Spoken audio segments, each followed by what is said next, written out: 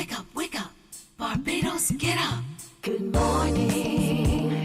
Good morning, Barbados. Good morning. Good morning to you. Good morning. Morning, morning, morning. Good morning to you. Good morning. Morning, Barbados. Good morning. Good morning to you. Good morning. Morning, Barbados. Good morning. Wake up, wake up, wake up. Morning to you. Good morning and welcome on this Friday, April 12th. We are coming your way live from the Standard Showroom in Wildey in beautiful Barbados. I'm Tisha Hines. I'll be here with you until 8 o'clock this morning. And boy, do we have a fantastic Thank God It's Friday show planned for you, as always. So welcome to those of you watching across Barbados, but a special good morning to those watching across the diaspora as well. The ironic thing is people who are not watching from in Barbados are usually the most engaged people. People here, yes, you do write to us and say you're watching and so on, but definitely those who are watching across the world make sure that we know that you're watching, and we are absolutely happy to have you. So on today's show, we have Bert Brown coming through. I don't know the last time you heard about him, but it will be great to catch up with him. I had the opportunity to see him performing some cool jazz just last weekend, and I said, come on in and let's talk about what's going on with you and what's happening, what's been happening, and what you're working toward. And we certainly hope that you enjoy that personality interview of sorts that we're going to share with you a little later in the show. Plus, we're telling you all about Reggae in the Gardens. That's right, it's coming up at the end of the month. And we know here in Barbados we love some reggae music, so we most certainly look forward to all of that. We're going to tell you exactly who will be on the cards, and who knows, maybe you will get an opportunity to win a ticket or two to go. I said maybe, so don't hold me to it. But I certainly will work hard on it. Plus, we have Lyndon Babel coming through. He's our resident mixologist, so to speak. So we'll be heading over to the Standard Kitchen and mixing up some wonderful stuff. And Chef Michelle Smart is also going to be in because it's Friday. It means cocktails, even though it's before midday. We don't know. We're not telling you to drink early. We're telling you to get ready for the afternoon. There's a difference. Absolutely. And plus, we're going to be announcing the winner of the Standard CBC Mornin Barbados promotion. You might get a chance to redo a beautiful room with the help of everyone here at Standard. So we'll have Alexia Holliday, the Retail Services Manager here at Standard, Tony Green, who is, of course, the Operations Manager here at Standard as well, and General Manager Renata Mohammed. They're all going to join us here on set later this morning to make that grand announcement. So if you know that you entered the competition by submitting a picture of that room that you want changed, then make sure that you stay tuned, because that big announcement is coming up a little bit later. But we wanted to start by telling you all about a club that's been here in Barbados for many, many years, and they continue to do Herculean work, if we can call it that, the Rotary Club of Barbados. They were introduced to Barbados 61 years ago, and it was chartered in 1962. And ever since then, we've heard about all of the work the charity has done to help Barbadians from all walks of life and of all ages. That's why you saw these four beautiful ladies sitting on the set with me when we started a little bit earlier. So let's go right ahead and say good morning and welcome to Ermine DeRoe Francis, who is president of Rotary Club of Barbados. Good morning, Tricia. Thank you for having us this morning. Absolutely. Nurse Jessica Sandiford of Sagicor Life has joined us. Thank you for having us as well. Great to have you. Dr. Rashida Daisley, Assistant Professor, Office of External Affairs, Ross University of Medicine, Ross University. Good to have you with us again. Good morning. Thank you so much for having us. Wonderful. And also here's Elena Pinder, Marketing Manager of the Bayview Group. Good morning. Happy to be here. Now, when you see so many organizations get together, you know it's something major. So again, Rotary is spearheading and leading the charge on something called the Create Hope NCD testing project. So I'm going to start with you, Madam President, to tell us all about how the project came about. Good morning to the listeners Good of Mornin Barbados. Thank you for having us here this morning. So the project was conceptualized over a year ago, and it's really coming out of our own community assessments. We were hearing the statistics as to what the position is with the NCD, or the non-communicable disease situation in Barbados, and not only in Barbados, in our wider region. And we felt like we had to contribute to that effort. And additionally, the Bridgetown Initiative for NCDs and Mental Health called on organizations like ours to contribute to help reduce the incidences and the cases of NCDs in Barbados. And there was one particular doctor who commented on a media house, and he said, NCDs are a major threat to our region. The threat is increasing, and the only solution is prevention. Now, how do we prevent NCDs? We don't have an answer, but we know we can contribute by raising awareness and starting an early screening program in vulnerable communities. And through that discovery and initiative, we realized that it was not a project that we could do on our own. So we started engaging a number of partners, starting with the Ministry of Health. Oh, wonderful. And now here we are. So you have to set the scene for us, Yes. for the representatives who are here, because I know for a project of this magnitude, you will have other partners as well. But for those ones who are here, talk to us about the parts they will play in the project's execution. Yes, so right after engaging the Ministry of Health and following a number of guidelines and information they provided to us, we then reached out to the other health partners. Surgical Life came on board. Once we reached out, they were there immediately. Then Ross University joined us, came right on board. Following, as we continued to deeper into the project, we realized that we need some support from the data management and data collection. So we reached out to the Bayview Group, and they provided tremendous support for their partners, Selma Group. Additionally, there were other partners who got involved in the project. We had the National Sports Council, who provided their premises to support our screening. We had the Barbados Tourism Investment Inc., who provided us with access at the Golden Square Freedom Park. We had other corporate partners like Emerald City and Sheraton Mall, who provided us with access to their premises. So there are a number of partners involved in that project. Oh, wonderful. Talk to me. We're going to start, of course, immediately on my left and kind of go down the line. Ms. Pinder, talk to me about why the Bayview Group decided to be a part of this particular project that not only involves outreach, but I understand there's a big element of education that will go behind it as well. Yes, for sure. So the Bayview Group, as many Barbadians probably know and have seen by passing Bayview Hospital itself, we are now getting ready to open our urgent care facility. So that means that as much as possible, we want to ensure that persons have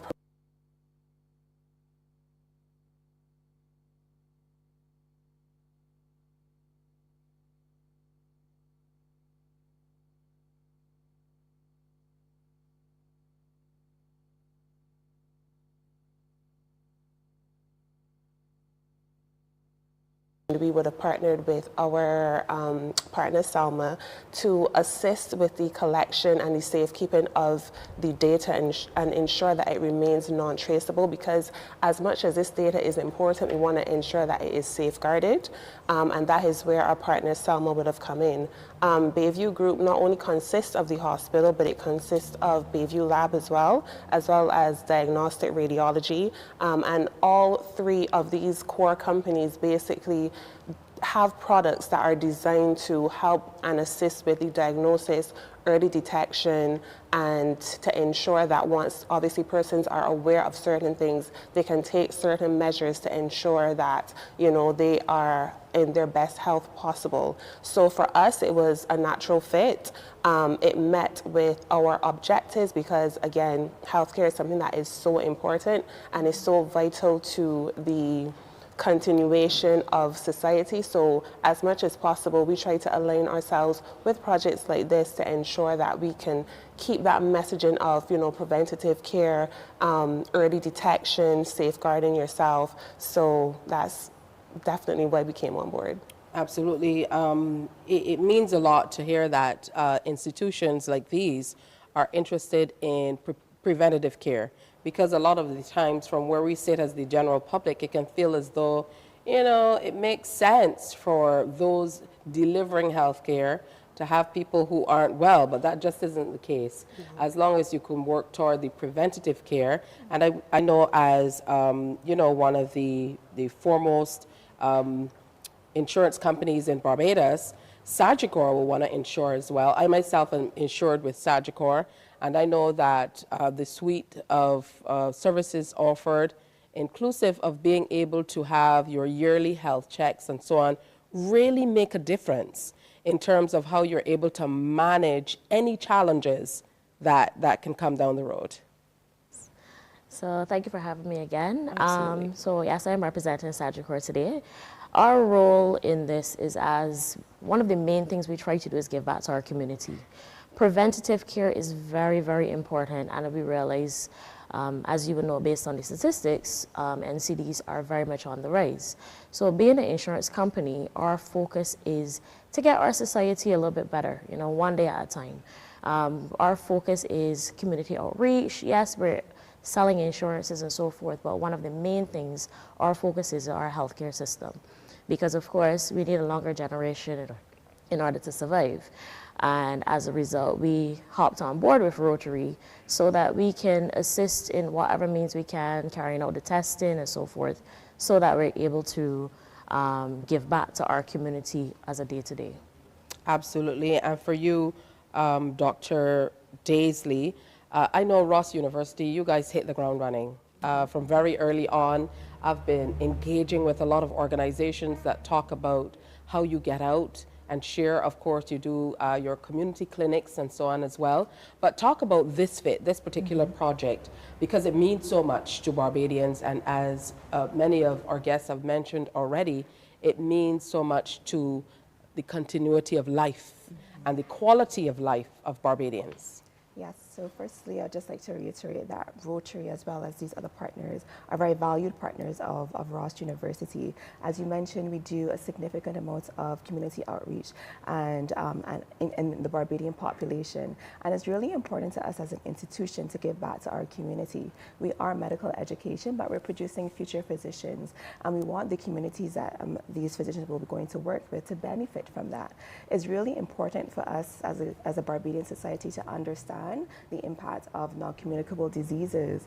Oftentimes we hear a lot about the increased prevalence of obesity. I was here recently talking about obesity, but things like diabetes and hypertension are also increasing, and it plays a significant burden on our healthcare system. So it's really important for projects such as this to come to the community, to meet the people where they're at, help them to understand their numbers, understand where they're at in terms of their NCD management, and to partner them with institutions that can then continue their care. So that was really important for us at Ross University. Yeah, that truly is important. It's important to know. If you don't know, then you can't make informed decisions to be able to take care of yourself, to keep your health, your family, what have you. So it's important. Now, talk to us about the shape, Madam President, this will all take, because the delivery of the information and the literacy programs and so on will have to, be in a particular way that, as our good doctor said, will meet people precisely where they are across the community. Definitely, yes. And for us, engaging our partners, it amplifies our effort. It helps us to create, more impact. So we started off this project in September of 2023, and we started, and our aim was to reach all 11 parishes. And we're happy to report that we have touched all 11 parishes in Barbados, and we have reached over 1,100 persons during that time. And what we are seeing, as Dr. Daisy will talk more about the numbers, and Nurse Jessica, what the results we are seeing, it's that there is a need to continue that effort. And whether it is Rotary or any organization, they will continue that effort. Additionally, we have been in at least 3 schools to provide health literacy education, where we talk about, eating the right foods and getting involved in physical activity to help boost your system and to deal with those prevalent diseases. I feel like for the first time in a really long time, I feel like there's so much happening in terms of health and health education here in Barbados. It's not that efforts weren't made before, but with the national schools policy and everything else that goes with that, I feel like finally we are kind of making inroads into what we're doing. So let's talk about these numbers that the president talked to us about. From the data that we've been seeing, I think there's a large portion of the population that we would have studied that had elevated blood pressure. We can't necessarily say hypertension because it's just one reading, but definitely elevated blood pressure was something that we significantly saw quite a bit.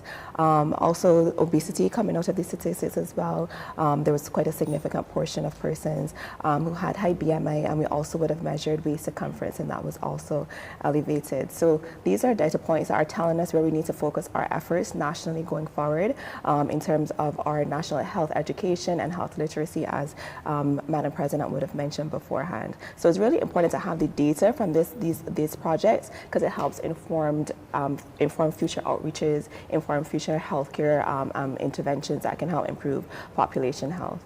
These things can also inform what insurance companies do in terms of how they're able to manage the people who are part of the plans that are available, and how they develop plans going forward that are really fit for purpose. Yes, we do that.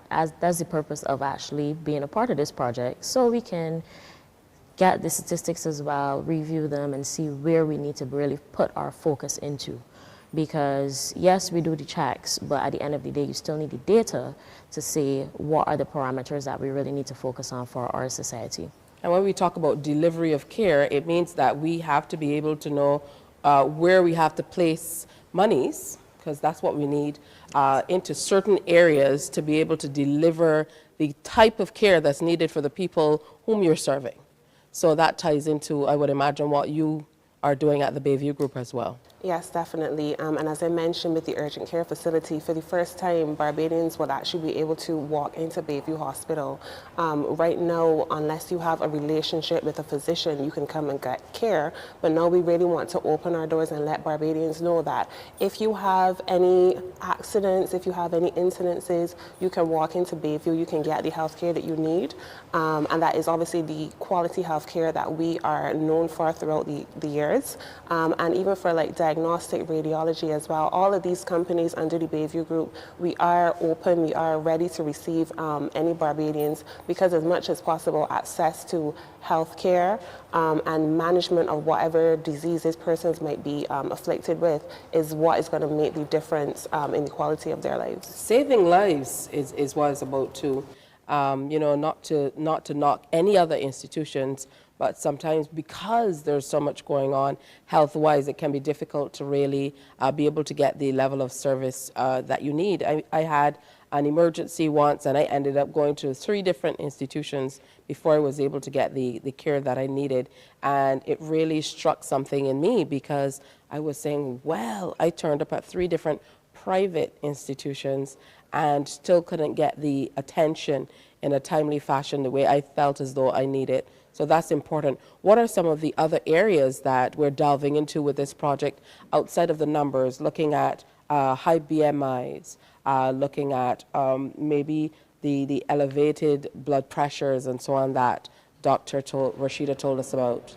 Yes, and before we move into what else we're doing, I want to talk about the value of that project. So we started off this project funded by a global grant supported by our international organization. But when we look at the value of what we are adding back to the community, we are almost investing, or we are investing about 700,000 Barbados dollars into the economy. Congratulations. Because when we look at the cost of covering those type of tests at a medical facility, we have measured the value, and this is the result that we are getting. And so for us, where do we go from there? We have gathered the data, we are preparing the necessary reports to share with the Ministry of Health. And on May 11th, we are now planning a major health fair where we will bring additional partners, including the Barbados Cancer Society, the Heart and Stroke Foundation, the blood bank out of the QEH. Our existing partners will be part of that project. We will bring in some healthy products from Wibisco and Pelican markets.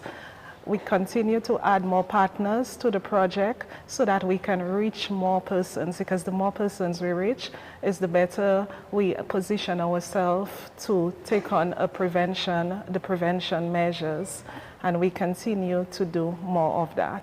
Give us some more information on this health fair. Yes. I know we're a little ways off. Today is the 12th, so just about a month, but this gives us an opportunity to really plan for it as well. Definitely. So the health fair will take place at the Golden Square Freedom Park on Saturday, May 11th, and we start at 9 a.m. and we go until 3 p.m. At that health fair, the public will have access to free health screening, and I repeat, free health screening. All the early screening tests will be done at the health fair. Additionally, our partners, which I mentioned earlier, the Diabetes Association, the Heart and Stroke, the Blood Bank, they will be on site and providing the relevant information to the public. We will also have a kid zone because we believe, we also believe in childhood obesity prevention. So we will have an area where we will be interacting with the kids and get them started at a very early age. We will also cater for the adults. There will be a section where they can do some physical activities. And of course, we will be promoting healthy eating. So there will be areas where our partners will provide sample healthy products just to encourage the public to continue to take care of themselves and to do the early screening and early prevention programs. Absolutely. Learn Sandiford, what would be your advice for Barbadians as we look forward to this initiative? Because I can see that this is just the start. I mean, with so many partners, you can't just do a one-off health fair. So what would be your advice to people looking on about how they should approach health? I believe we can't say it too often. My encouragement is to have everyone do their annual physical examination at least once a year. I have been repeating this for a very long time and encouraging the public, do not be afraid to go to the doctor for your basic check. At least you have an idea what your numbers are. You know if something happens at any point in time that you know what you can do, or you can get some recommendations on what you can do to correct or manage what you have, rather than saying, I'm afraid of doctor, I don't want bad news. I would like the public to get away from this habit of I don't want bad news. It is not bad news, it is news to help you at the end of the day. I'm also encouraging persons to read. Read up on different diseases, read up on management, make yourself informed of these information. We all have cell phones, we all have tablets, we have access to the internet. So have a read, get yourself encouraged to read and know what is going on with yourself. So that's my go-to, just make yourself informed as best as you can. And for you, Ms. Pinder, what advice would you have for people looking on about how they should approach health generally? I think I would just reiterate what Nurse Jessica said. Don't be afraid to go to the doctor and find out what is happening with you, because early detection is what is key to help with management of most of these NCDs and other diseases. You can't be afraid. You can't say, well, you know what, I don't want the doctor to tell me anything I don't want to hear. You want to hear this news so that you can take the necessary steps to ensure that you live a long and happy life for not only yourself, but for your families as well. So don't be afraid. Yeah, that's great advice. And from you, Dr. Rashida, I know that you will have a whole host to tell us. But certainly for me, when I think of all of you organizations represented sitting here, it says a lot about where we are in Barbados now with accessibility. for a long time, information was shared in a top-down way that average people really could not understand and didn't feel like they were a part of it. And I think this is part of the cut and thrust now to make sure that, and the term is being widely used, meet people where they are, but that's truly important. So yeah, so I just want to reiterate what my partners have said. So definitely don't be afraid to go to the doctor. We're not scary. But I also want to take a different spin. So I want to focus more on that lifestyle change, because often we tell persons, make these lifestyle changes, but I want you to start small. So I don't want you to think of it as a big mountain, have to go run 600 miles every day and eat only salad. Start small. What? We don't have to eat only salad? No, start small, be realistic, and you'll build on that. So that's it for me. Thank you. That's important too, because sometimes people feel like, oh my goodness, I'm so far gone, I might as well, and it's important to kind of pull it back. I saw you nodding in agreement. Definitely, I'm in agreement with what our partners are sharing with us today. And as we pull everything together, we want to continue to encourage the public to check themselves. And for us, it was about reaching the community, going into the communities where they may feel like, I don't want to do it. So going into the community, we were able to interact with the persons that may not go to the hospital or the polyclinic, and to get them, get it from a different perspective. Because for us, Rotary has a lot of experience in interacting with community. But when it comes to health and health relations, this is where our partners provide support in reaching as many persons as possible. That messaging is important as well. And I know that you guys are shaping it in a way that people feel like they can relate. And that too is important. You have to go, but you must come back. So, it's important to have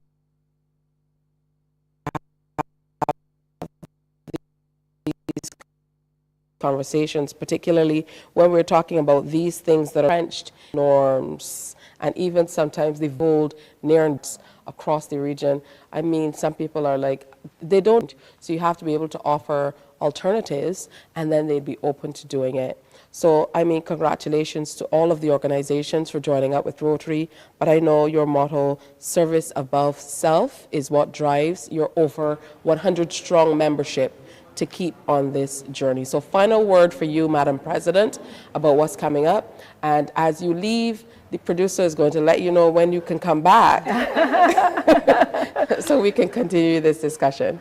Yes, first of all, I just want to thank the members of the Rotary Club of Barbados, all 112 of us, for really committing to this project and to serve community, to show true service above self.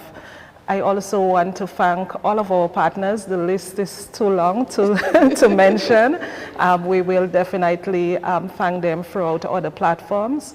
And also, we want to thank the public for always being open and supportive of our projects. And we also want to encourage them to continue doing their annual health checks and eating healthy and maintaining their physical activities.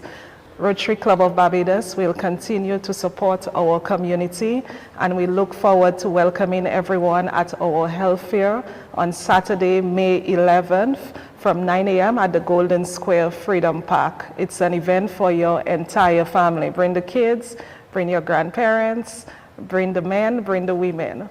All right, so make sure you plan for it, okay? Plan for it coming up. You have an entire month to get ready for that. So thank you, ladies. Ermin Duro Francis is president of Rotary Club of Barbados. We also have, coming in this direction, Dr. Rashida Daisley of Ross University. We have Nurse Jessica Sandiford with Sagicor Life, and Elena Pinder, who's marketing manager with the Bayview Group. And how often do we hear about projects where the project lead says, we have so many partners, we can't list all. So that in and of itself is an absolute win. Make sure you think about how you can be a part of it already, because I'm already, you know, the wheels are turning, the cogs are turning in my head about how media needs to be able to play a role, and not just mainstream media, but social media when we talk about messaging and reaching people as well. So still lots of work to be done, but we definitely are open to working with you as well. Definitely, and CBC has been a good support for us and the other media houses, and we continue to show appreciation. Thank you so much. All right, thank you. Okay, it's time for another break. We are having some good fun looking outside. I'm not supposed to be looking back, but all the traffic back there, you know, is intriguing. Yeah, so we're going to tell you some more about what's happening outside, but we're going to tell you about something else very, very important as well. The Barbados West Indies Jurisdiction 35th Holy Convocation. We told you a little bit about it earlier in the week, and we're going to update you. That's all coming up. Morning, morning, morning. Good morning. Good morning to you.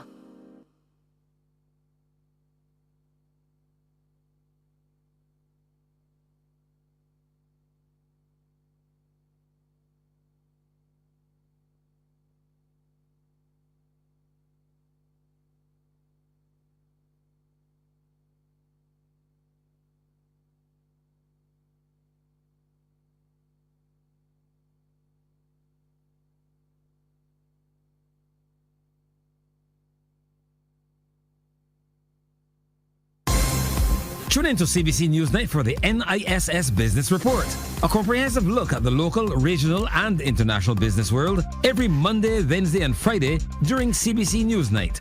Brought to you by the National Insurance and Social Security Service. More than a contribution, it's your lifeline. Every day at 7 p.m., we bring you a comprehensive news package, because keeping you informed is our #1 priority. Whether it's local, regional, or international stories, our commitment is to you and keeping you reliably informed. Join us every day at 7 p.m. for CBC Newsnight. The facts say Morning Barbados reaches an audience of over 50,000 and Newsnight reaches over 56,000. It's simple. When you advertise, you're getting your message to over 50,000 of your potential customers. Make the call to CBC Sales Department today and watch your business grow. Contact us at 467-5559 or email marketing@cbc.bb. From the beautiful shores of the gem of the Caribbean, Barbados, home of the amazing Harrison's Cave, the tantalizing Oystins Bay Garden, our historic garrison, the indigenous road tennis, and the friendliest people in the world. We are 94.7 FM, the ultimate Bajan experience. Every night, we bring you a complete look at the weather forecast, because keeping you safe and informed is our top priority. The CBC Weather Report, brought to you by Ace H&B Hardware, the helpful hardware. Tune in to CBC Newsnight for the NISS Business Report, a comprehensive look at the local, regional, and international business world every Monday, Wednesday, and Friday during CBC Newsnight. Brought to you by the National Insurance and Social Security Service. More than a contribution, it's your lifeline. Morning, morning, morning. Good morning. Good morning to you. Welcome back. It's Morning Barbados, and it's already 25 minutes before 7 o'clock. You know what they say, time flies when you're having fun, or you know, when you're talking and having an interesting conversation. And there's so much going on, sometimes you don't even realize how quickly it's going by. So we're already heading to the 7 o'clock hour on this Friday. I know you're excited about the weekend. I can tell, I can feel it through the screen. You're ready for some rest this weekend, not too much work. You're not going to wake up the neighbors cutting the grass. Oh yeah, you will. Good morning to all of my neighbors, by the way. All right, so let's move on to our next discussion here on Morning Barbados. And we're telling you all about the Barbados West Indies Jurisdiction 35th Holy Convocation. What does all of that mean? Well, I have some wonderful people here with me to make it even clearer. Joining me is Mother Rosetta Allen. She's Supervisor of Women good to have you with us. Looking as gorgeous as ever. Also here, Bishop Arthur Mosley. Good Welcome. morning. Good morning. Thank you. And Elder Horace Marcel, my favorite title, the Financial Secretary. Good morning. God bless you. Good morning. Good to have you with us. So I'm going to start with you, Bishop Mosley. Talk to me a little bit about the Church of God in Christ and what this particular occasion represents for you. Thank you. The Church of God in Christ is a major global denomination in the world. The unique thing is that Church of God in Christ was started by a son of a former slave in the States, Bishop C.H. Mason, who had a vision for ministering to the whole person, including a strong thrust on holy living and eventually engaging and embracing Pentecostal doctrine and theology. All right, so coming up on the 19th through the 23rd of June, there is this occasion. So tell us more about it, Mother Rosetta, exactly what it is. The Holy Convocation. And so we will bring a delegation of approximately 50 of us coming to Barbados. Our convocation, our Holy Convocation, is a time where we get together as a community of churches. Our churches here in Barbados that are doing great work here, and we have meetings over the course of that day. Over the course of the time span, but we get together in the evening and we have church. We just have church. We have our church services beginning on Wednesday. We have a graduation of those students who have been engaged in our Bible Institute and the programming of that for over a year. So we have their graduation followed by services nightly at 7:00 p.m. on Thursday and Friday. And then Sunday, which is our official day, we hear the voice of our bishop. And that's at 10:00 a.m. It will be held at the Hilton in the Needham's Ballroom, 7:00 p.m. nightly, and then Sunday services. Even with Sunday school, we start out on Sunday. So we have a good time in the Lord. We rejoice in what God is doing all over the world, not just here in Barbados or in the States, but as believers, we invite others to come in and be a part of this great celebration. Absolutely. Elder Marcel, talk to us about how people have been able to be a part of this training that is now becoming a graduation as a part of the overall presentation. So our Barbados Institute was founded by our bishop, Pastor Mosley, as a part of our national church. And so people have an opportunity to come and enroll as students. We had our first graduation last year. I think we had 16 graduates, both from the U.S. and from Barbados. And so our second graduating class has started now, so they can enroll online, or if they can enroll at the Convocation in June to become a part of that. And then, of course, we have other charity events as well that we do while we're here on the island, as we partner with ministries here to touch our lives on the island. Just another opportunity that people have to come and get involved in the projects that we do while we're here. Excellent. So dissect for me, Bishop, the convocation itself a little bit more. We mentioned quite a few parts of it. So kind of bond it all together for us and tell us how it will unfold over the days and what it will mean generally to not only the church, but the people of Barbados. Absolutely. It's going to be an amazing time together. I can assure you of that. Starting with graduation, for some of our graduates, this is their first experience of being affirmed in terms of being accomplished in an educational pursuit and program. So families come together celebrating with the students, and what's unique about it is that the students are from the States as well as from here in Barbados. They learn together online. They work on projects together as they go through this certificate program. And it's a wonderful celebration with a reception afterwards. And so seeing the families come together and seeing the families celebrate their student who has achieved, regardless of the age of that student, it's still a great achievement. Then we have the worship service on that Thursday night, which is always wonderful. And I don't have to explain how vibrant and energetic worship is here in Barbados.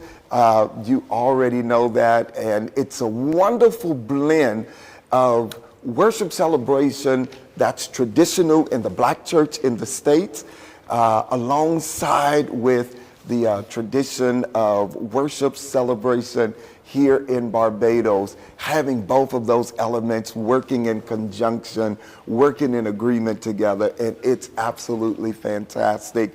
And then under the leadership of our supervisor, Mother Allen, supervisor of the Women's Department, we go out in the community and we sow into ministry that's going on here, ongoing throughout the year, touching various lives at various stages and ages and in various places and experiences with their lives. And it's so rewarding for those here in Barbados as well as from the States who join together, going throughout the island, 3 sets of groups hitting the island, taking items, taking financial resources, and leading in prayer, leading in words of encouragement for those who are leading these various groups and activities that are going on all year on the island. And then we come back on Sunday, have a great celebration. And we also have something for the children on that Saturday. We have a luncheon that's designed for them, sharing school supplies with them, encouraging them, providing them with a great space and opportunity for fellowship. So as you can see, it's energetic, it's ongoing, it's exciting, it's not focused inward. While we do our things that we do inside, we have not forgotten the community on the outside as well. It certainly seems all-encompassing. So for you, Mother Allen, talk to us a little bit about the women's ministry, which you lead, and how you have in fact been engaging with members of the community. The women's ministry, as you know, mothers, daughters, sisters are usually the ones that are out and about doing everything. And so we pull together on that Friday and we go out into the community. It's called Impact 2020. And the 2020 is because we are all visionaries. We see clearly that there are needs in our community. This was birthed out of a gathering of women or believers within our church who talked during our shutdown of COVID, and we talked about our commonalities. We talked about the things that were on our heart and on our mind. And so it was birthed because we realized that there are organizations other than us who are also doing something to keep their communities going. And so we decided we would sow into those communities to say thank you, that we're here for you, we're praying for you. So we go out on the day, as Bishop spoke of on that Friday, and we touch them at their greatest point of need. It might be a financial need, it might be the need of resources, but the women go out to show the community that we're there with them and to build them up holistically, spiritually, mentally, physically, socially, in every aspect of their lives so that we can be better at what we do. All right, wonderful. Now, the theme is we've got work to do, but I'm also seeing that this is the 35th annual Holy Convocation. We have to start by talking about that Bajan connection. Yes? So somebody has to bring that home for us first. As in, is this the 35th one here in Barbados, or are we now doing the 35th here? But it has been going on for some time. I don't know if you can help us out with that in terms of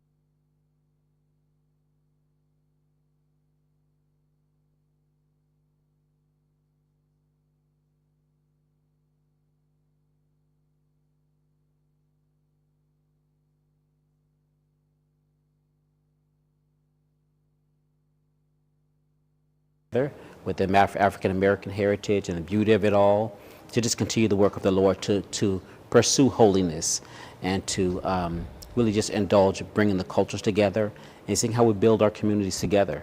You know, and so it's just, yes, it's a continuation for years under various bishops over the years. And let's continue to grow together. I know you wanted to add something, Bishop. I saw you smiling very brightly when I talked about the Beijing connection. Yes, it is so important to us on the state side to do as much as possible here on the island, to be a part of what's happening here. So while we do come during Convocation, there are other times of the year that we come and be a part of what's happening on the island. And it's not a strain for us to come. This is a beautiful place, great food. The people here are so kind, so welcoming, so easy to embrace. So that connection is growing and it's getting stronger, and we are really enjoying it. We love being here in Barbados with our brothers and sisters. And it's not just the giving on our part. We receive when we come. The fellowship is absolutely amazing. The connection is strong, and we love it. You see, I'm brightening up even as I talk about it. Mother Allen, talk to us about how people can get involved, because we know a big part of this will have to be outreach as well. So, I mean, you're working along with your membership, but you want to bring some new people along as well. Of course. In order to get more involved, we actually have 3 churches here on the island that are affiliated with the Church of God in Christ. That's Overcomers Church of God in Christ, Next Level Church of God in Christ, both in St. Philip's, and then Husbandman Church of God in Christ that are already doing the work. So any of those churches can give information and keep that connection even before we come for our convocation.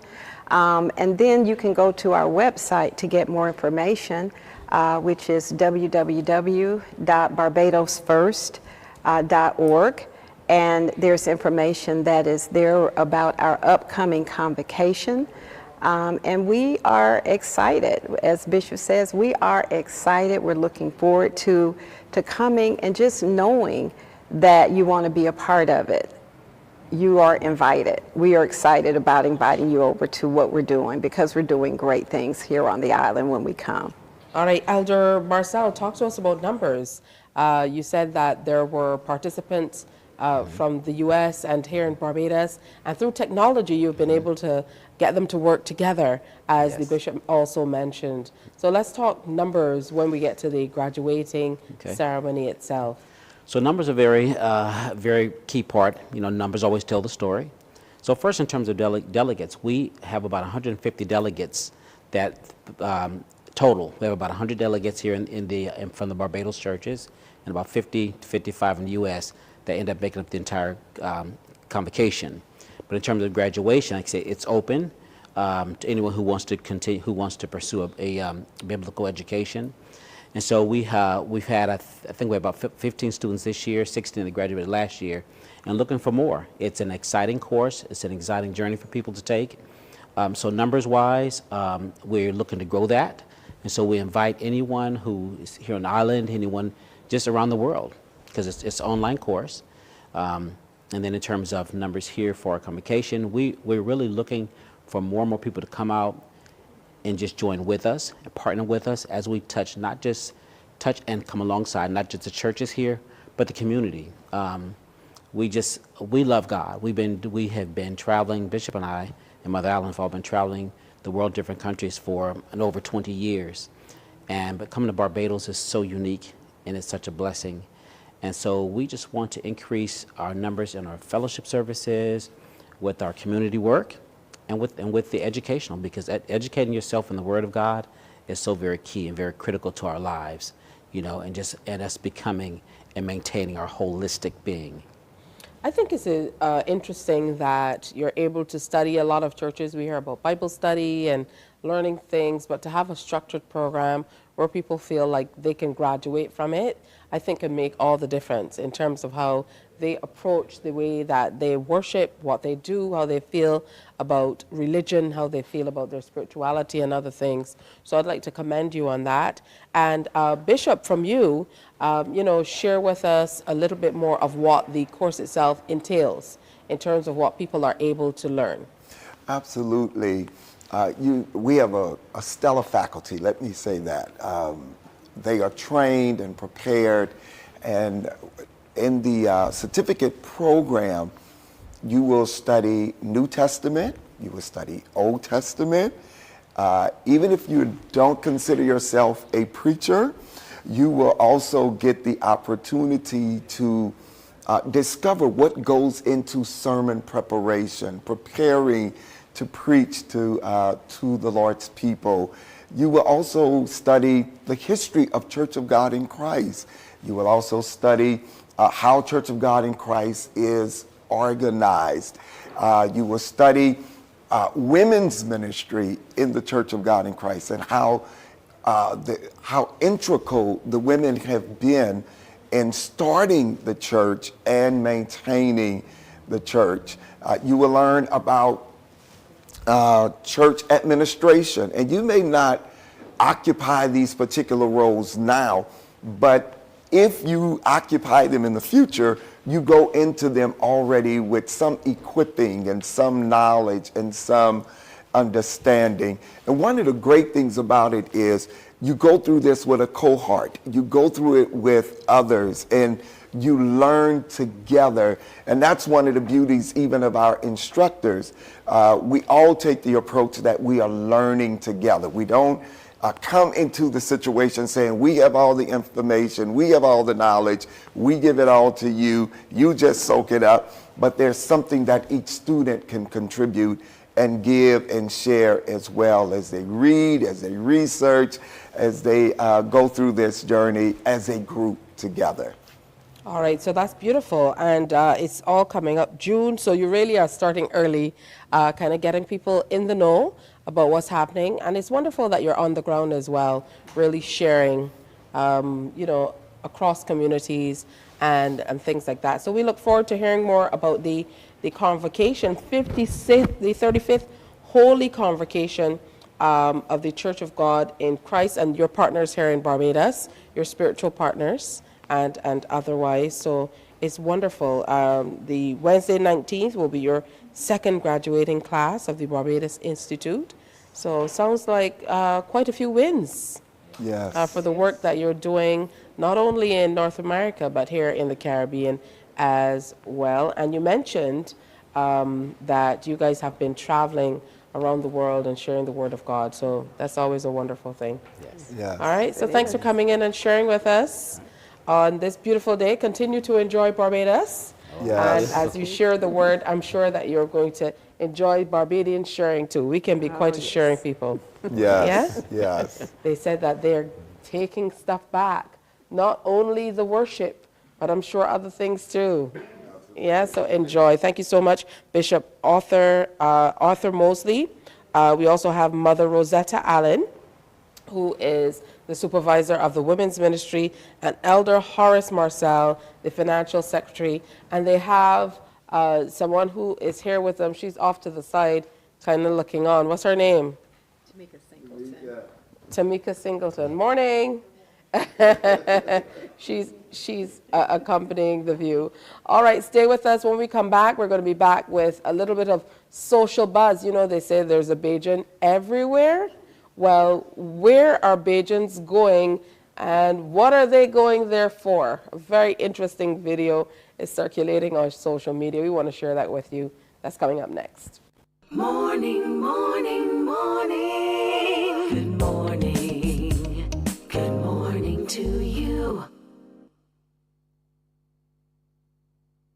The facts say Morning Barbados reaches an audience of over 50,000 and Newsnight reaches over 56,000. It's simple. When you advertise, you're getting your message to over 50,000 of your potential customers. Make the call to CBC Sales Department today and watch your business grow. Contact us at 467-5559 or email marketing@cbc.bb. From the beautiful shores of the gem of the Caribbean, Barbados, home of the amazing Harrison's Cave, the tantalizing Oystins Bay Garden, our historic garrison, the indigenous road tennis, and the friendliest people in the world. We are 94.7 FM, the ultimate Bajan experience. Every night, we bring you a complete look at the weather forecast because keeping you safe and informed is our top priority. The CBC Weather Report, brought to you by Ace H&B Hardware, the helpful hardware. Tune in to CBC Newsnight for the NISS Business Report, a comprehensive look at the local, regional, and international business world every Monday, Wednesday, and Friday during CBC Newsnight. Brought to you by the National Insurance and Social Security Service. More than a contribution, it's your lifeline. Every day at 7 p.m., we bring you a comprehensive news package because keeping you informed is our #1 priority. Whether it's local, regional, or international stories, our commitment is to you and keeping you reliably informed. Join us every day at 7 p.m. for CBC Newsnight.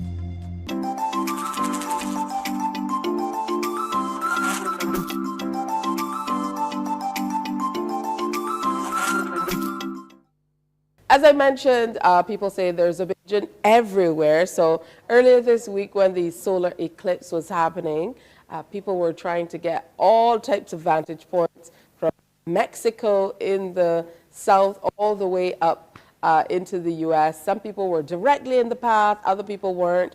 But one thing was for sure, U.S. media, they were on it and they talked about it all day to remind us of how important and historic it was. And rest and believe there was a Bajan who was there to talk about why they wanted to be there to see the eclipse as well. Check this out.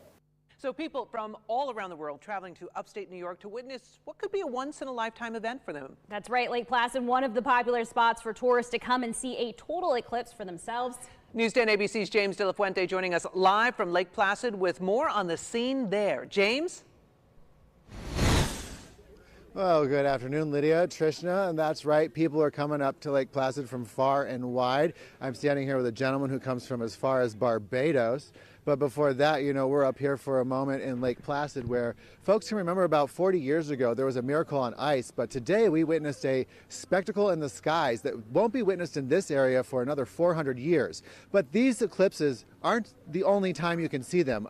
This is not your first one, right? No, I actually went to Nashville in 2017 with my friends here. This is our second time. So from Barbados to up here to Lake Placid, you've seen 2 eclipses. What's next on your list of things to do? Oh, well, it won't be an eclipse. but what we will do is have some fun. I'm inviting all of my friends. They come down to Barbados on a regular basis, and we're looking forward to having them there. And it was extremely nice today. I'd like to thank all the folks here in Lake Placid. They've been really, really nice. And look forward to coming back here maybe one of these days for the winter. Or maybe we'll join you down in Barbados for the eclipse that you guys are going to have sometime. Well, we have the eclipse rum. That's what we have. The oldest rum in the world. I'm not flogging it. 1703, the oldest rum in the world. I took it to Nashville and we bring it here. You have to have eclipse at the eclipse. You got to have an eclipse at the eclipse, so they say down in Barbados. Well, up here at the Mirror Lake Inn, I can tell you that it was a totality event, and it was totally the coolest thing that I've ever seen. So coming to you live from Mirror Lake, James De La Fuente, News 10, ABC. Thank you, James.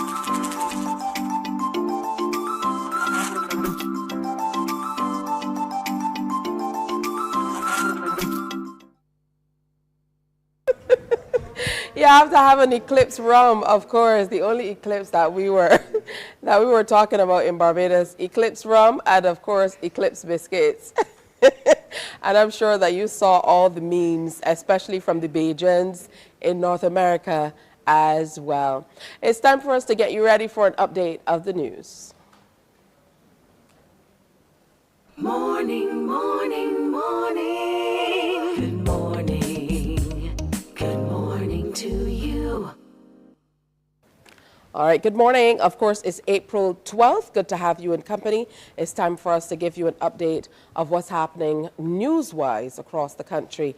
A number of teachers at the Lester Vaughan School have requested transfers to other institutions. This was revealed by President of the Barbados Union of Teachers, Rudy Lovell, following a meeting with teachers. The school has been plagued with environmental issues for a number of years, which forced a shift to online classes last term.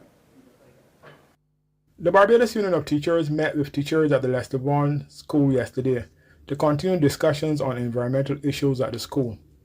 The staff remains committed to the teaching and learning process, and they are hopeful that a long-term solution to the problem can be found. While some staff members are eager to return to the classroom, there are few who are seeking transfers in the interest of their health. The union will continue to communicate with the Ministry of Education regarding concerns raised by the staff. Now, in an update yesterday, the Ministry of Education reported that in-person classes for 4th and 5th form students who are using the Easter break to complete SPAs and prepare for external examinations got off to a smooth start with no reports of illness. The ministry gave the green light for face-to-face instruction to resume after meeting with parents last week.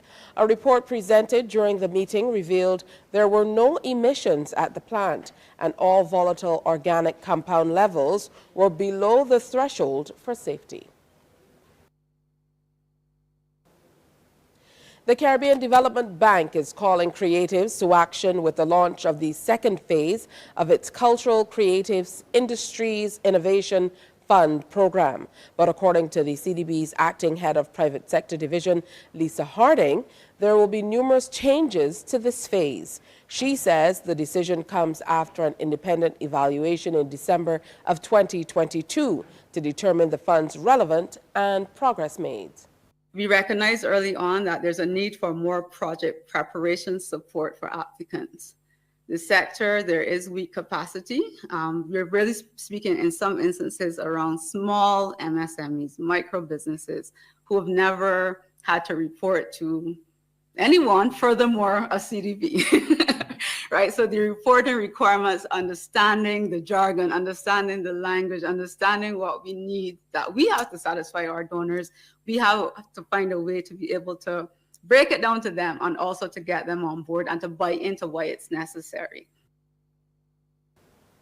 The fund was established in 2017 with an initial US $2.6 million investment from the CDB in support of the development of the creative industries, including fashion and contemporary design, visual arts, audiovisual, festivals and carnivals, and of course music across the region. Ms. Harding says there will be greater inclusion of governmental support in project designs as the public sector needs to be included.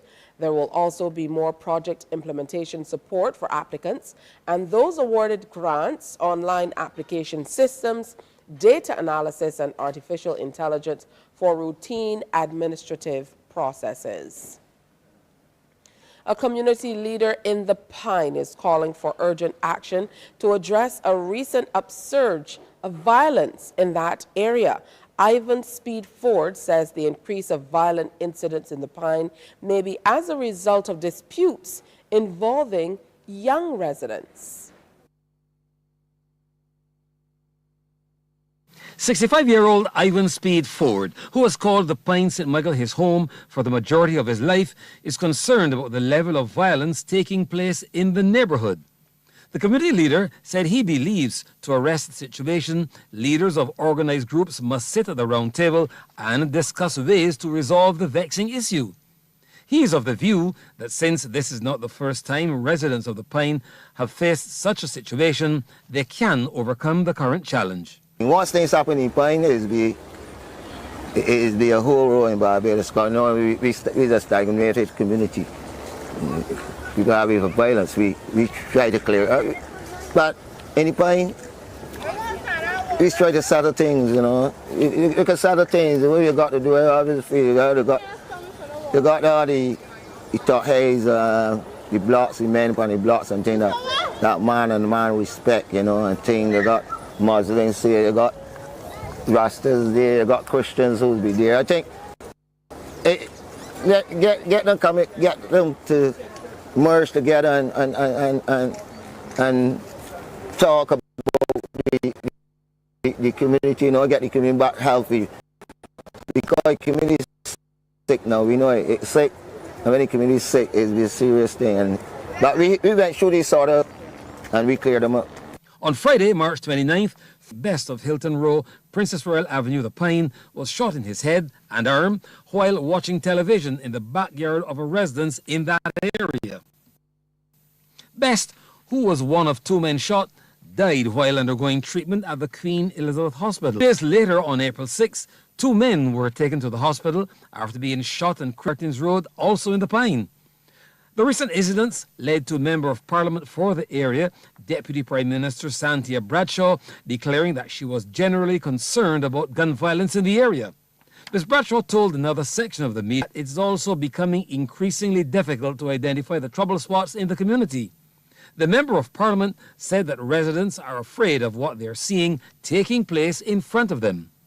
She declared that the issue of gun violence must be addressed frontally, not only in the Pine, but across the island. Agreeing with those sentiments, Mr. Ford added that he wants to see more community-oriented activities in the Pine to distract the youth from getting involved in wrongdoings. The people that are running, who feel that there's haze around the Pine now, all of them is Boy Scouts. You need soldiers, you know. For the last couple of years, the Pine has sank. We get sick. No one can get nothing going. Everything, nothing happening in the area.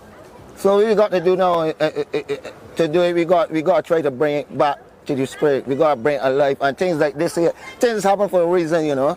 That's how I believe in life. And it's things like this here now. It's to make we come together as one, as the way you say, the best community in the world. You understand? I don't feel there's a community world like the Pine community. The talent that we got here.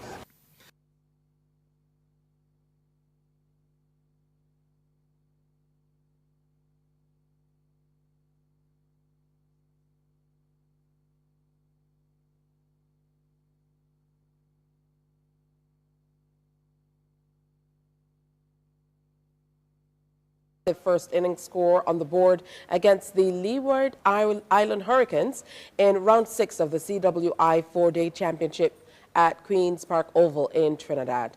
Resuming day 2 on 248 for 3, the Pride declared at tea on 542 for 9. Brathwaite top scored with 189, a knock that included 17 fours, while Roston Chase showed his class with a stroke-filled 127 off just 87 deliveries. Chase hit 10 fours and 7 sixes, while Rakeem Cornwall took 5 for 132. In reply, the Leewards are off to a good start. They are 97 for 1 at close, trailing by 445 runs. Casey Carty is unbeaten on 64. And that's our morning news. Remember, you can stay tuned for Newsday at 12 noon here on TV8, or tune into our radio network of stations, 98.1 The One, 94.7 FM, or 100.7 FM for The World at 1, where we bring you the latest of news happening here in Barbados, across the region, and the world. Morning Barbados continues after this. Do stay with us. Morning, morning, morning. Good morning. Good morning to you. Every night, we bring you a complete look at the weather forecast because keeping you safe and informed is our top priority. The CBC Weather Report, brought to you by Ace H&B Hardware, the helpful hardware. Tune in to CBC Newsnight for the NISS Business Report, a comprehensive look at the local, regional, and international business world every Monday, Wednesday, and Friday during CBC Newsnight. Brought to you by the National Insurance and Social Security Service. More than a contribution, it's your lifeline. Every day at 7 p.m., we bring you a comprehensive news package because keeping you informed is our #1 priority. Whether it's local, regional, or international stories, our commitment is to you and keeping you reliably informed. Join us every day at 7 p.m. for CBC Newsnight. The facts say Morning Barbados reaches an audience of over 50,000 and Newsnight reaches over 56,000. It's simple. When you advertise, you're getting your message to over 50,000 of your potential customers. Make the call to CBC Sales Department today and watch your business grow. Contact us at 467-5559 or email marketing@cbc.bb. From the beautiful shores of the gem of the Caribbean, Barbados, home of the amazing Harrison's Cave, the tantalizing Oystins Bay Garden, our historic garrison, the indigenous road tennis, and the friendliest people in the world. We are 94.7 FM, the ultimate Bajan experience. Every night, we bring you a complete look at the weather forecast because keeping you safe and informed is our top priority. The CBC Weather Report, brought to you by Ace H&B Hardware, the helpful hardware. Tune into CBC Newsnight for the NISS Business Report, a comprehensive look at the local, regional, and international business world every Monday, Wednesday, and Friday during CBC Newsnight. Brought to you by the National Insurance and Social Security Service. More than a contribution, it's your lifeline. Every day at 7 p.m., we bring you a comprehensive news package because keeping you informed is our #1 priority. Whether it's local, regional, or international stories, our commitment is to you and keeping you reliably informed. Join us every day at 7 p.m. for CBC Newsnight. The facts say Morning Barbados reaches an audience of over 50,000 and Newsnight reaches over 56,000. It's simple. When you advertise, you're getting your message to over 50,000 of your potential customers. Make the call to CBC Sales Department today and watch your business grow. Contact us at 467-5559 or email marketing@cbc.bb. Morning, morning, morning. Good morning. Good morning to you. Welcome back. Time is quickly going by. It's already 7:13 here in Barbados and across the Eastern Caribbean. Good to have you tuned in. It's a bright, sunshiny day today. We had some drizzles a moment ago. Probably will be able to show you some of that, but now the sun is high in the sky and going all over again. So we told you that we were going to be joined today by Bert Brown, and we wanted to get to know him a little bit more, as if we've not loved and known his music throughout the years and heard about him for a long time. But it's always good to sit down and hear a little bit more. So good morning. Welcome to Morning Barbados. Good morning. How are you? I'm good. How are you? I feeling airy. And I want to say morning to everybody in Barbados and throughout the Caribbean, throughout the world. And especially to a couple of friends of mine that I sit with every morning and speak to them. And I know they're watching. I just want to say You sit with them and speak with them? Every day we just have conversations That's about sweet, man. various subjects and stuff like that. So I just want to tell them morning because they know they're watching. All right. Now, when I first heard about you, now the reason why I'm not saying the name is because for a long time I thought it was Bert Panther, the animal, Brown. No. But apparently it's Bert Panther. Yeah. Brown. So, what's in the name? Well, in 1987, I started a calypso tent called Alien Forces, and I wrote 2 songs, and I ended up in semifinals. But after the show, I was back home, and a lot of youngsters was around my house with my kids and stuff talking. And one of the guys, his name was Juicy, he said, "Bert, man, that name you got, I don't like that name, man." I said, "Around my name?" He said, "Man, you move like a panther." So I said, I like that. But I said I would change the syllables. So instead of panther, I spelled it P-A-N-T-A, panther, to get that effect. He said, "Man, you move like a panther," So that's how the name, and from then, that name just stuck. on me forever. Whoa, big ups and good morning to Juicy. Yeah, Juicy. Now, you started singing from the age of 16. What did that mean to you based on what was happening in Barbados and around the world at that point in time? Because music looked a lot different. Barbadians' appreciation at that time, I would imagine, for what was deemed a lot of the time banja. Calypso music still developing was certainly nowhere close to where it is now in terms of how the public embraces it. Well, you see, music is a very important element of all people's lives. But somehow, you know, if you're home as a youngster, you got a guitar and stuff like that, you know, people tell, man, you keeping too much noise, man, you doing this, man, I can't have banjo out there, stuff like that. Not realizing the importance of music. In all walks of life, everything that happens, you always hear music. So it has to be important, right? And that's really how I got that vibe as a youngster. I remember I tried to make a steel band pan when I was about 10 years old. Some boy tell me, you get, put it fire, you do this and do that. And I took my old lady, pot some pan she had there. Next thing I get licks. Because I didn't know what I was doing, but you know, I just wanted to hear sound. I was always a musician, to be honest with you. I was always an artist. I'd known that from a boy. So let's talk about your journey in music. Well, I started dancing first. I started to dance limbo. I was a limbo dancer, dancing all the hotels in Barbados for many years. And then I went on. But I was dancing and playing at the same time. Smokey Bert, who's a great friend of mine, who's just passed, rest in peace, my friend. We started writing songs together, and we started to play together in a band called the Twilighters.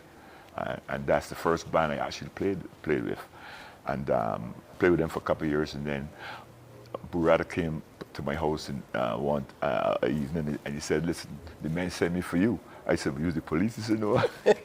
As the band leader of the Blue Rhythm Combo, our bass player was leaving, so you know the guys figured that you would be best to join the band. So that's how I got to the Blue Rhythm Combo, which was the top band in Barbados at the time. BRC. But during that period and era, we had a lot of entertainment in Barbados, many bands, you know, and stuff like that. All the hotels had bands, right? Right now it's like almost the opposite. But, you know, and the tourism industry in those days was really flourishing. You know, we had a big tourist industry. Right now, to me, it's not the same, based on my past experience as a musician. Well, talk to me about your experience in moving into some of these bands that indeed were the top bands getting the gigs across the island, like BRC and the Twilighters and so on. BRC was a band. I want to say that Burrata is a very fantastic band leader. And he would book for 6 months, he would book the YMPC, the Drill Hall, those were the top places for like 6 months. He would have that space. So then the people would have somewhere to go every week. You know, we created music. We created the environment for people to come and party. Then Troubadours came about. Then we started to clash with the Troubadours, and we had some fantastic events. So it was really fun in those days. Not a lot of money, but it was a lot of fun playing music in those days. How did you learn to play? You said you were always a musician, but how did you learn to play? Because I heard you talk about playing the guitar, but then you went into the bass. That's a very good question. Trying to make a steel pan out of your mother's pots. Right. You know Earl Tiger Johnson? He does a lot of training and weightlifting thing. Tiger. Right. I know Tiger, yes. Well, I was singing with a group, Eric Lazar, and I used to sing as a duo together. We only did 2 shows though, but after I went to music. And they had a group, and they wanted a singer. So this chap told me, he said, look, Brown, man, they got a guy that's playing guitar, but he got 3 guys singing, he want another singer. Man, come and sing. So I said, okay, and then we went to the rehearsal, and then they said, yeah, we like this guy, and I started to sing the band. But then, about 2 weeks into that process, Earl Tiger, he was the guitarist. Because in those days, groups used to sing. Ariel was a guitarist? That's what I'm telling you. What? Ariel used to back the 4 of us, right? And he said, you know, I feel he was a musician. You know, people always telling me things about sometimes I would be thinking about. He said, I can lend you this guitar. It was a Lucky 7, a green one.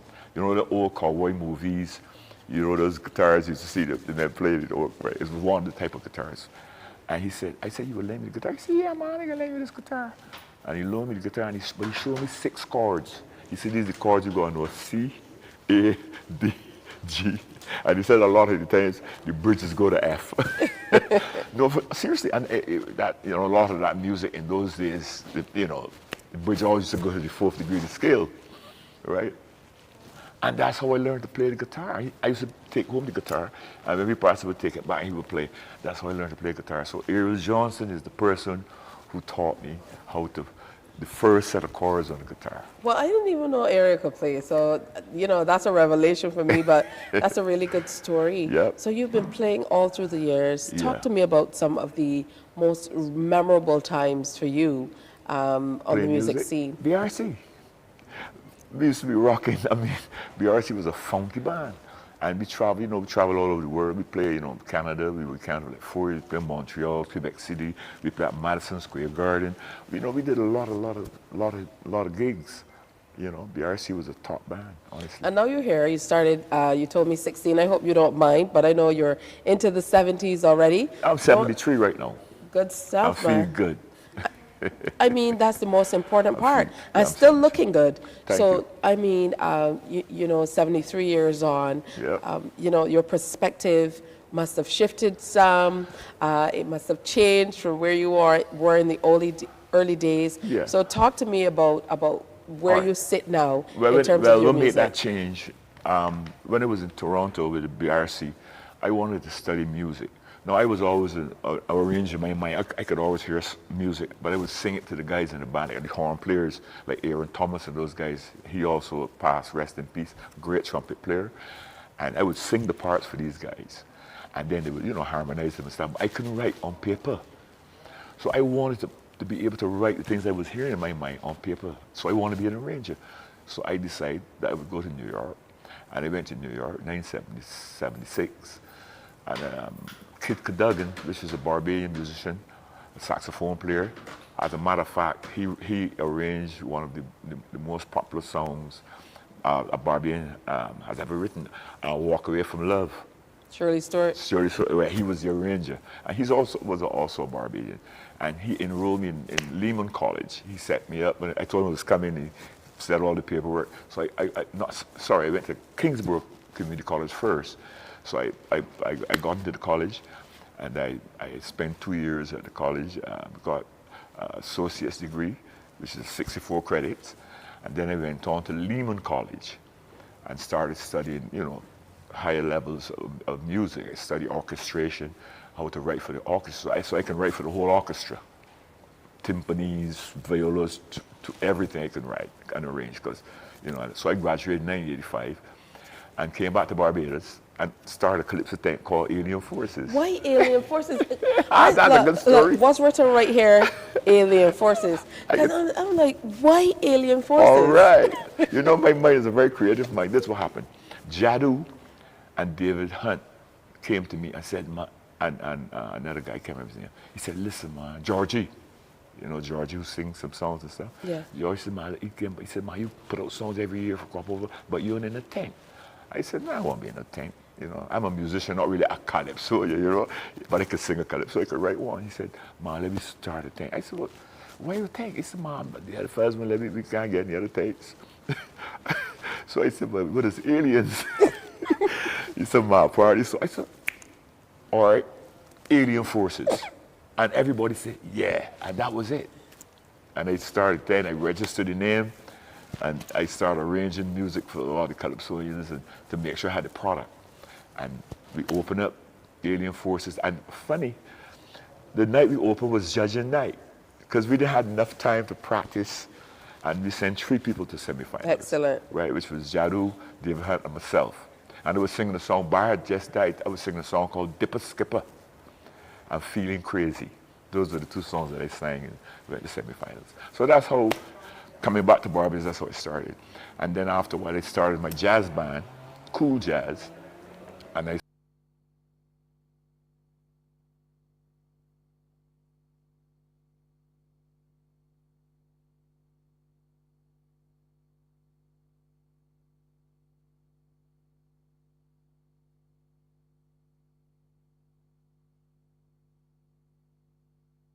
band called Cool Jazz. And it was happening from then. Now, Cool Jazz is still functioning, but we are now at Amigos in the Gap, Time Out, and we're there every Sunday night. So I would like people to come out and really, join us and hear some good stuff.